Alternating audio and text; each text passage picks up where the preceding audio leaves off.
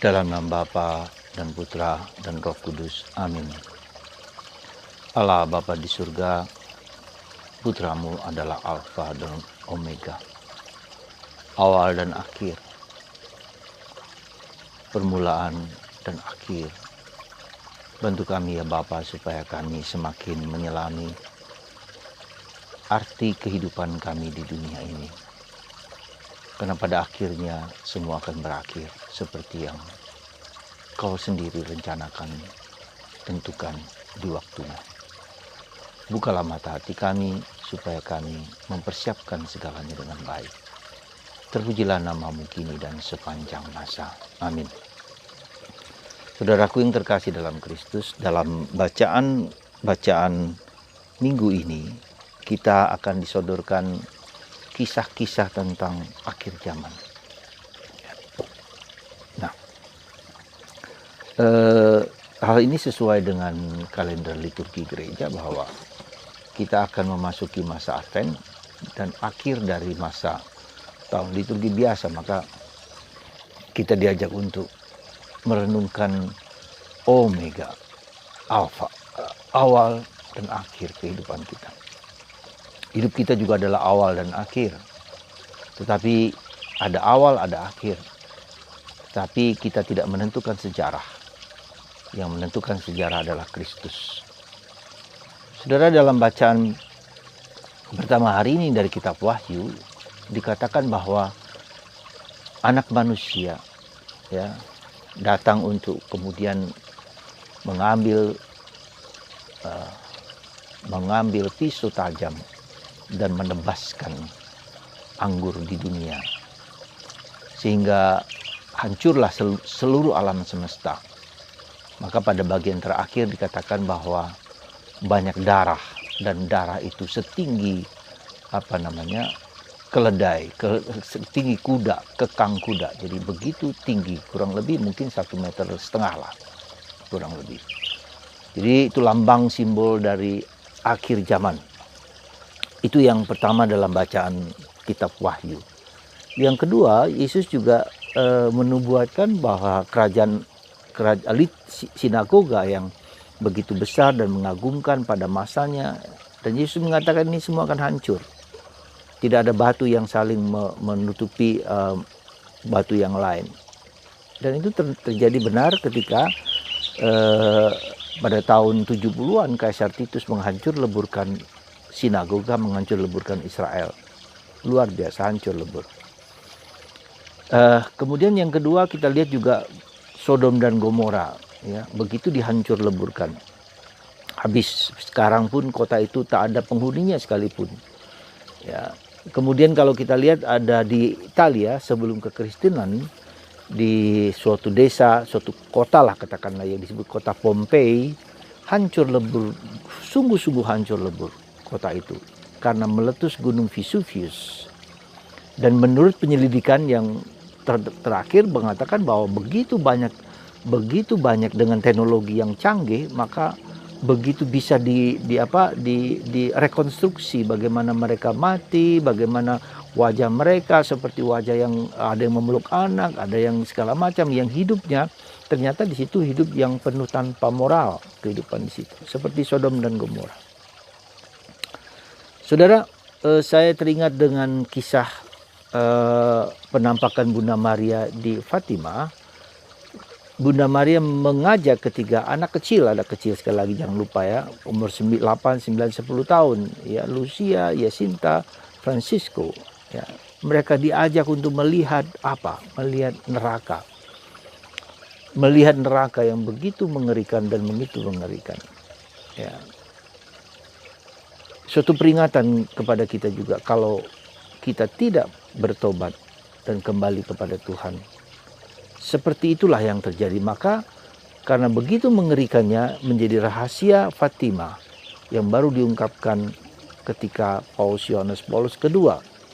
Seperti apa? Ya, mulai terkuaklah kengerian dari neraka yang ditunjukkan oleh Bunda Maria kepada ketiga anak kecil itu. Ya, maka Bunda Maria sekali lagi mengingatkan supaya bertobat, supaya berdoa rosario, supaya banyak jiwa diselamatkan. Dan Bunda Maria mengajarkan kepada ketiga anak itu doa yang sangat mengesankan dan bagus sekali, yang selalu dibarengi, ditambahkan kepada doa rosario yang berjudul Ya Yesusku yang baik, ampunilah dosa-dosa kami, bebaskan kami dari api neraka, bawalah jiwa-jiwa ke surga, terutama mereka yang sangat membutuhkan kerahiman-Mu.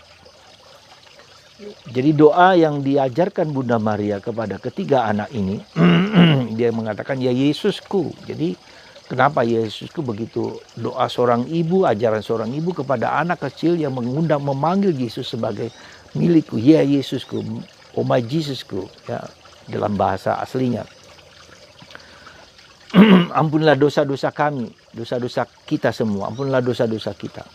Bawalah jiwa-jiwa ke surga, terutama mereka yang sangat membutuhkan kerahiman. Jiwa-jiwa ke surga adalah orang yang sudah meninggal, yang berada dalam mimpi pencucian, tapi juga di dunia menyelamatkan jiwa-jiwa. Bawalah jiwa-jiwa ke surga, terutama mereka yang sangat membutuhkan kerahiman. Didoakan. Dari sinilah kemudian saya tergerak membuat doa yang saya sebut dengan doa Rosario Maria Fatima. Ya, ini rosario yang saya buat ini adalah doa Rosario Maria Fatima. Ya, rosario, tetapi kelipatan angka 7. Ya, 7 pertama ini adalah 7 doa-doa basic, doa-doa Kristen, doa-doa Katolik yang dasar. Ya, kemudian saya mengaku, aku percaya, Bapa kami, tubuh dan darah Yesus Kristus, ampunilah dosa-dosa kami, datanglah Roh Kudus, salam Maria, malaikat agung Mikael, Gabriel dan Rafael. Jadi ini 7 basic, 7 ya, doa Katolik yang dasar. Kemudian ada yang putih, ini ada 7 7 peristiwa. Angka 7 adalah angka kesempurnaan. Jadi kemuliaan kepada Bapa dan Putra dan Roh Kudus. Kemuliaan kepada Bapa, Putra dan Roh Kudus.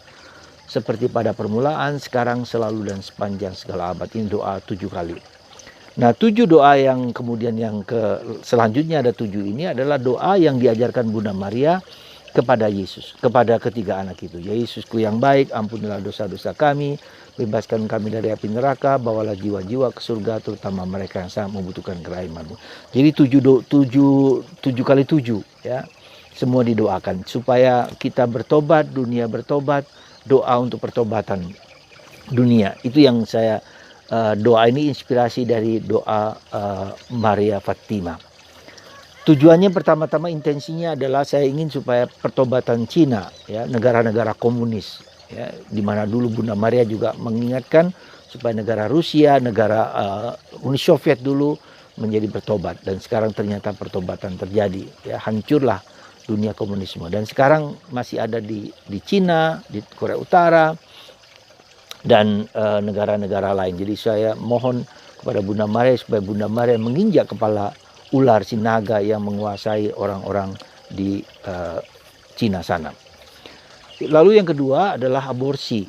Ya, aborsi. Jadi banyak orang mengorbankan jiwa, ya, bayi-bayi dikorbankan untuk entah karena alasan apapun, karena kesenangan dan seterusnya.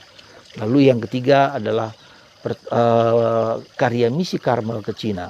Karena kita sudah hampir 20 tahunan tetapi belum mendapatkan hasil. Tidak bisa tidak hanya karena kekuatan doa dapat berhasil. Semoga ada calon-calon dari Cina yang menjadi Karmelit. Dan yang keempat adalah pertobatan untuk orang-orang yang belum mengenal Kristus. Ya, keluarga orang Islam, orang Hindu, orang Buddha, dan orang-orang yang bahkan orang ateis yang tidak mengenal siapa Kristus itu, Raja semesta alam, Alfa dan Omega, awal dan akhir. Jadi saudaraku yang terkasih dalam Kristus, mari kita siapkan hari akhir kehidupan ini dengan doa Maria Fatima. Bagi Anda yang berminat, silahkan japri ke saya, nanti akan saya kirimkan. Anda tidak perlu membayar, hanya membayar uang kiriman saja, ongkos kirim. Yang ini semua saya buat sendiri, dan saya sudah doakan ini, sudah saya berkati, jadi tidak boleh dijual belikan, ya, hanya ongkos kirim saja. Silahkan bagi Anda yang berminat. Jadi kita mempersiapkan dunia dengan doa ini, ya. Semoga saya sendiri, Anda sendiri bertobat kembali kepada Tuhan. Tidak cukup hanya doa ritual, doa liturgi, doa yang biasa-biasa, tetapi kita diajak untuk masuk ke kedalaman. Dan bagi Anda mau lebih serius lagi, saya membentuk kelompok doa yang saya sebut Mahkota Maria. Mahkota Maria. Di sana saya akan bimbing Anda untuk masuk ke dalam meditasi, doa mendalam, ya, mendoakan gereja supaya gereja kuat melawan godaan-godaan dan tantangan-tantangan si naga iblis itu. Bagi Anda yang berminat, silakan japri juga kepada saya. Dengan ada puasa, ada mati raga, ada doa bangun jam 3 pagi, dan itulah bentuk dari perjuangan kita melawan kuasa si naga iblis itu. Sekali lagi saudaraku terkasih, kita tidak perlu mengeluh akan ada situasi ke depan, situasi seperti apa, kita takut, tidak gelisah, tapi persiapkan diri kita masing-masing, persiapkan dunia ya dengan doa-doa kita. Ya, kita bisa marah kepada dunia seperti ini, bisa pandemi ini, mungkin menurut saya adalah kita disiapkan, batin kita disiapkan untuk suatu dunia yang baru dengan pembaharuan hidup yang terus-menerus. Kita nggak tahu. Kemarin di WHO dikatakan, ada berita di YouTube bahwa WHO akan ada gelombang ketiga dari virus ini yang akan meluluhlantakkan dunia dengan begitu mengerikan. Ya, tapi kita tidak perlu takut. Kalau kita mempersiapkan dengan baik, pasti Tuhan akan melindungi dan membantu kita. Asalkan kita sungguh-sungguh mau bertobat. Jadi jangan mengira bahwa kita sudah Katolik, kita sudah percaya Yesus, ya, kalau kita tidak bertobat dengan sungguh-sungguh. Ya, semoga Anda dan saya digerakkan, dikuatkan untuk sungguh-sungguh bertobat, kembali kepada Tuhan. Tuhan memberkati Anda dan mendorong Anda untuk masuk dunia ilahi yang sungguh-sungguh memberikan kekuatan kepada kita. Sekali lagi, kalau Anda mau bergabung bersama saya mendoakan doa Maria Fatima, mari bergabung bersama saya. Tidak perlu doa setiap hari. Seminggu sekali atau 2 kali is okay, fine. Jadi ada 7 doa untuk pertobatan dunia.